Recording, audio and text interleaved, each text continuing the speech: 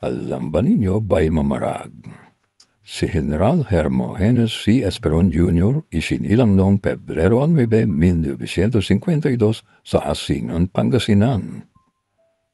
Nagmula sa payak na pamilya, ngunit umangat bilang isa sa pinakadakilang general ng ating panahon.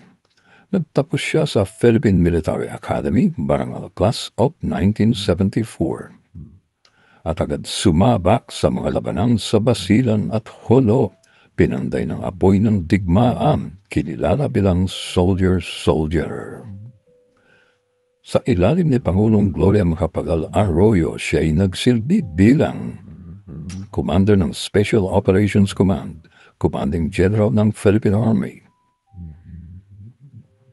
at kalaunan AFP Chief of Staff 2006 to 2008. Dito pinatibay niya ang kampanya laban sa mga insurgents. Siya rin ang utak sa likod ng NTF-ELCAC, ang naging mata ng Estado laban sa rebelyon. Isang estratehiyang nagbuklod sa pamahalaan at mamamayan para sa kapayapaan. National Security Advisor ni Pangulong Rodrigo Duterte 2016 to 2022. Pinatnubayan niya ang bansa sa gitna ng banta ng terorismo at dayuhang hamon. Bit-bit ang kanyang paninindigan, iyan si General Hermogenes C. Esperon Jr. by Mamara.